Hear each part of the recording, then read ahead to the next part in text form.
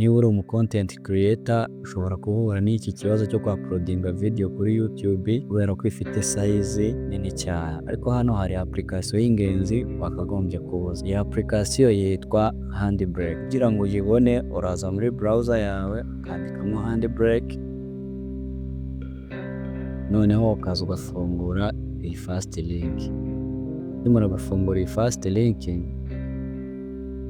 baza hano handitse download Handbrake. Nimara kuyidownloadinga uraza ukayifungura, ibimeze gutya. Ni application yoroshye cyane kuyikoresha, noneho ukaza ukadropinga file. Aza uri file yawe, ukaza ukadropinga file ushaka gukoraho, ihita uploaded ako kanya.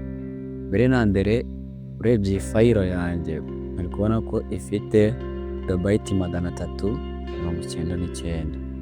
Reka turebe iraza ufite zingana nitumara kuyicompressinga, kandi ntabwo iraba yatakaje kare. Aza muri Handbrake yawe, tuzahana kuri video.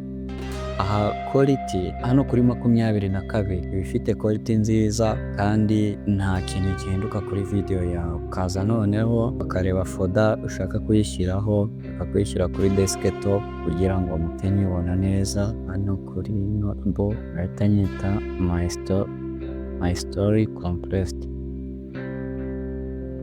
Hano ngakanda save, ahita nza hano handitse start record.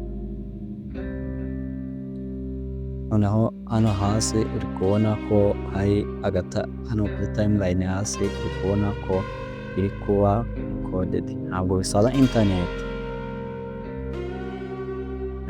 internet rwose. Nirangira ndahita mbereka uburyo yabaye compressed kandi quality yayo itigeze itakara. Video yacu urabona ko yaranije kuba compressed. Noneho reka turebe size isigiye. Iyi hano hejuru, hano kuri properties ubona ko isigira megabyte 20 zari 399. Original yayo ngiyi yari ifite 399, none imaze kuba compressed igeze megabyte 20. Uri kubona ko ari ibintu byoroshye cyane kandi nta nubwo bitinda. Subscribe ubundi ameze nkwereke ibintu by'ubwenge.